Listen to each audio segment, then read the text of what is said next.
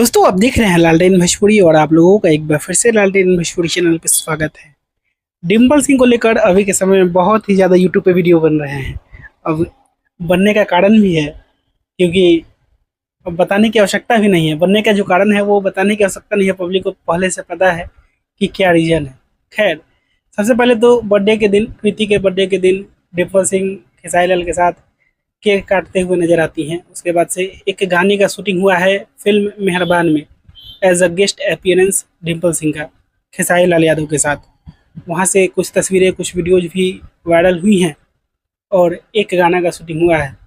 आप लोगों को पता ही है कि खेसारी लाल और डिम्पल सिंह को लेकर कितना ज़्यादा पब्लिक के बीच में ये बना हुआ है कि पहले से पवन सिंह के साथ दिखती हैं डिम्पल सिंह, इतना ज़्यादा स्टेज शो पे बोल दी है झमकावला से हुई ये और पता नहीं क्या क्या।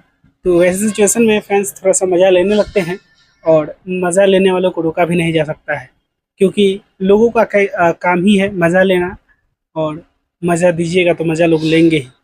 बाकी मैं मिलूंगा आप लोगों से एक नए वीडियो में, तब तक के लिए जय हिंद, जय भोजपुरी।